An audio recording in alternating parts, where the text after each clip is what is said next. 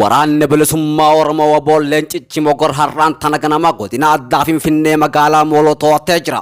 Waboon magaalitti cabsee seenuudhaan kaabinee ergamtuu nafxanyaa guuree hidhamtoota siyaasaa hunda bilisa baasee loltoonni waraana biltiginnaadhaan magaalattii qubsiifaman barbadeessuudhaan magaalicha keessaa baasee magaalaa Mooloo dhuunfatee jira. Reef gaachanni saba Oromoo waboon godina addaa Oromiyaa naannoo Finfinnee magaalaa aanaa Mooloo hojja duree gamanamaan itti seenuudhaan opereeshinii jabaa gaggeessuudhaan hedduu du'aa fi madoon yoo adabu waraanni biltiginnaa erga walii galteen waraana dhaabuu Afrikaa kibbaa Pretooriyaatti mootummaa fi humnoota Tigraay gidduutti taasifameen booda mootummaan loltoota isaa kaaba irra turan gara Oromiyaatti kan deebise yoo ta'u waraanni ammoo waboon booji'e kunis harki caalaan kan achi qubsiifamanidha. Lola kanaan waraanni bilisummaa Oromoo waboon loltoota biltiginnaa irraa 370 battalatti ajjeesuudhaan 190 madeessee qawwee keemii 140 bireenii 23 irraa booji'uudhaan akkasumas hidhamtoota manneen hidhaatis guutumaan guututti gooticha waraana bilisummaa Oromootiin erga dhuunfatameen booda hidhamtoota manneen hidhaa keessa jiran waraanni bilisummaa Oromoo waboon bilisa baasee jira. Naannoon Oromiyaadhaa naannoo tasgabbiin irraa fagaatte taatee itti fuftee jirti. Torbaanota lamaan darbanitti lolli kudha takka Oromiyaa keessa turuu gabaafame. Torbaan lamaan darbetti walitti bu'iinsi 24 Itoophiyaa keessatti galmaa'u kan eeru gabaasni Armed Conflict Location and Event Dataan walitti bu'iinsa kanaan namoonni 99 lubbuun darbee jira jedha. Kanneen keessaa 70 lammiilee nagaa ta'uu eeree kaaba Itoophiyaatti ammallee tasgabbiin fooyya'aa jira jedhe. Taateewwan wayitaawaa walitti bu'iinsaa fi iddoowwan isaanii gabaasuudhaan kan beekamu Armed Conflict Location and Data Eventiin gabaasa baaseen kaabni Itoophiyaa torbaanota dhiyoo as haala armaan dura turerraa tasgabbiitu irraa mul'ata jedhe. Garee wal waraanan mootummaa Itoophiyaatii fi humnoota Tigraay erga waliigalteen nagaa buusuu mallatteessanii as waliigalteen isaanii hojiitti hiikuudhaaf karoora baafatanii hojii eegalaniitu jiru.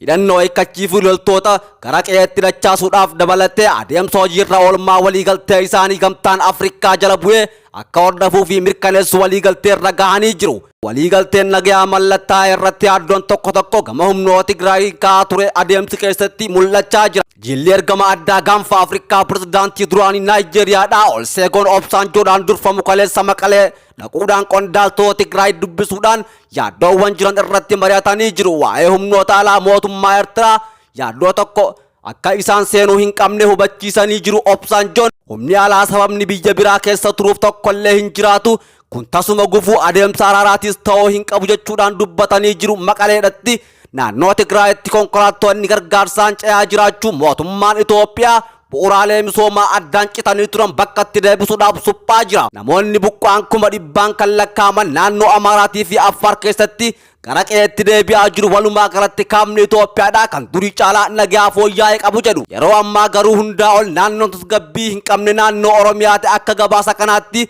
naannichatti sadaasa 12tti walwaraansi kudha takka galmaa'eera. Kanneen keessa lola hidhattoota mootummaa fi waraana bilisummaa Oromoo gidduutti turedha. Salaalee aanaa Darraa magaalaa Gundoo Masqalii fi Gandii Daayii Gujii lixaatti aanaalee Dugda Daawaatii fi Surroo Barguddaa Shawaa baatti aanaa Fantaallee Wallaggaa baatti aanaan Hoomaa Hagaloo Shawaa lixaatti naannoo Waddeessaa fi Wallaggaa lixaatti Beegiin bakkeewwan lolli hidhattoota mootummaa fi waraana bilisummaa Oromoo gidduutti itti adeemamaa turedha.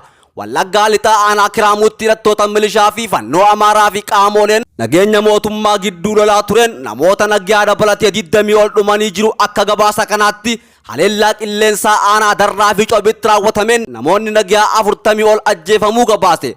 Torbaanuma sana keessa waraanni bilisummaa Oromoo waboon gama kibbaatiin godina Gujii aanaalee akka Gumii Eldaalootii fi Goorodoolaa Wadaraa Sabbaa Baruutii fi Adoolaa Reeddee Gujii lixaatti ammoo aanaa Malkaa Soddaa Booranatti aanaa Areeroo dabalatee bakka baay'ee to'atee jira.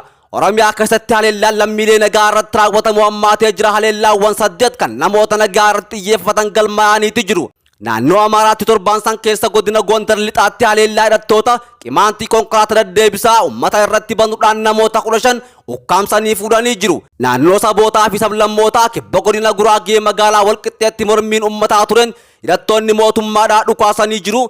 Miidhamni dhaqqabe garuu hin jiru jedha. Akka gabaasa kanaatti dhiigiin mirgoota namoomaa gaanfa Afrikaa Itoophiyaa keessatti dhalattoonni Oromoo 40,000 caalaan hidhaa jiraachuu beeksisee jira.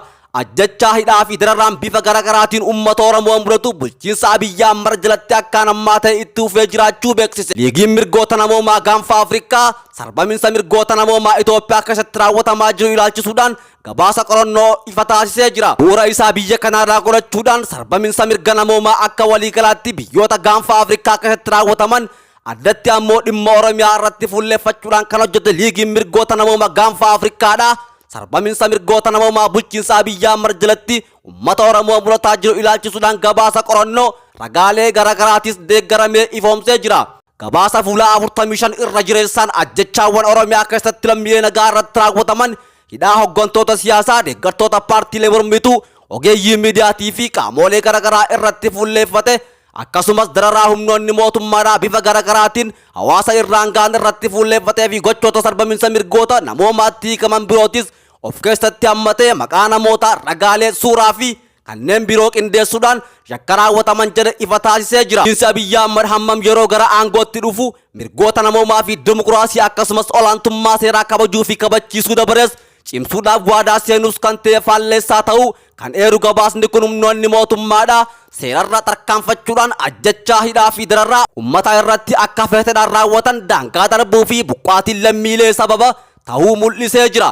Itoophiyaa keessatti hooggantoota fi deeggartoota dhaabbilee mormituudhaa dabalatee dhalattoonni Oromoo 40 ta'an hidhaarra jiraachuu kan mul'isu gabaasni qorannoo kun lammiileen manneen hidhaa idileen cinatti dhoksaadhaan bakka namni hin beekamnee fi haala isaan keessa jiran hubachuuf hin dandeenyettillee hidhamanii kan gidirfamaa turan ta'uu mul'isee jira. Gabaasni kun keessumattuu hooggantoota fi deeggartoota ABO irratti hidhaan kun kan hammaatu ta'uu eeruudhaan gariin himata tokko malee yeroo dheeraadhaaf hidhamanii jiraachuu ibsa. Isaan himanni irratti dhiyaate manni murtiidhaa yakka ittiin himatame irraa bilisa jedhee fi mirga wabii kabajameef illee seeraan ala mana hidhaa kan tursiifaman ta'uu mirkaneessee jira. Waggoota 4 darbanitti godinaalee Oromiyaa garaagaraatti humnoota mootummaan bobbaasuun ajjechaan suukanneessaan uummata mul'ataa ture kan jedhu gabaasni kun qabeenya uummataa barbadeessuu, tajaajila qunnamtii addaan kutuu fi lammiilee achi buutee dhabamsiisuunis tarkaanfiilee seeraan ala irra deddeebiidhaan mootummaan Itoophiyaatiin fudhatamaa turan ta'uu eeree jira. Humnoota idilee mootummaa kallattiin bobbaasuun cinattis kan bifa al-idileetiin ijaaramanii socho'an kanneen akka garee milishaa fannootii fi amaaraatiin Walloo, Wallaggaa fi iddoowwan birootti ajjechaawwan jumlaa saamichaa fi mancaatiin qabeenya raawwatamuu mul'isa.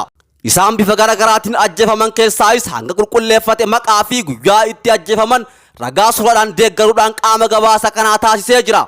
Haleellaa koorniyaa giddu galeessa godhate yakka bulchiinsa Abiyyi Ahmad jalatti bal'inaan lammiilee mul'ataa jiru ta'us mul'isa gabaasni kun yakkoota bifa suukanneessaadhaan uummata irratti raawwatamaa jiran kana adda durummaadhaan humni addaa poolisii Oromiyaa, humnoonni mootummaa federaalaatiin bobbaafaman, caasaa nageenya mootummaatii fi humnoonni bifa al-idileetiin socho'an kan raawwatan ta'us mul'isa gabaasni kun. Dhalattoota Oromoo cinatti haleellaa dhalattoota Walaayittaa hiriira nagaa gaggeessaa turan irratti raawwatamee fi hidhaa hooggantoota paartiilee mormituu biroo kan akka Booldaras irratti raawwatame gabaasa isaa keessatti eeree liigiin mirgoota namoomaa gaanfa Afrikaadhaa kun. Liigiin mirgoota namoomaa kun seeronni idil addunyaa fi seeronni biyyattii kabajamanii hidhamtoonni siyaasaa manneen hidhaa mootummaan federaalaa fi naannootti ugguramanii jiran haal duree tokko malee atattamaan akka hiikaman, waa'ee namoota butamanii dhabamsiifaman, dararaan bifa kamiinuu hidhamtoota seeraa dawoo seeraa jala jiranii fi lammiilee mudatu akka dhaabbatu ajjechaan akka feeteen humnoonni mootummaa lammiilee irratti raawwatan atattamaan akka dhaabbatuu fi sarbamiinsi mirga namoomaa biyyattii keessatti raawwatamu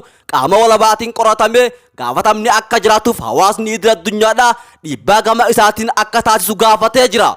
Waraanni bilisummaa Oromoo WBO'n tarkaanfii ilaalee isaa waraana bilxiginnaa irratti fudhachuu jabeessee itti fufee jira.